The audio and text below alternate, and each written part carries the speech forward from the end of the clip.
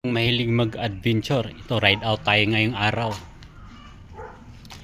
Yung battery life natin ay 97%.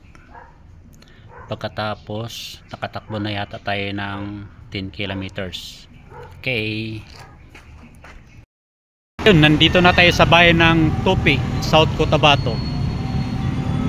Ang naiwan sa baterya natin ngayon ay 82%. Yan, 82%, di ba klaro?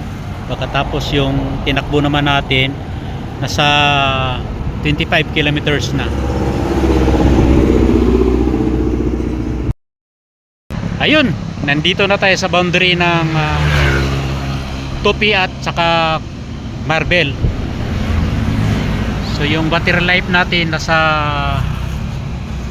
79%, at yung tinakbo naman natin ay nasa ano na 33 kilometers. Ayun.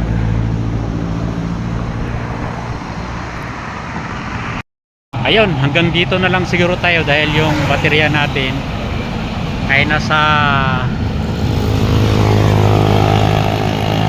69%, at yung tinakbo naman natin ay nasa ano na 38 kilometers. So sakop na ito ng Coronadal, South Cotabato.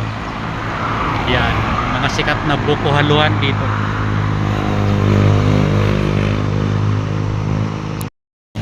Ayun, hindi pa ako nakauwi, nalubat na. Wala na tayong baterya.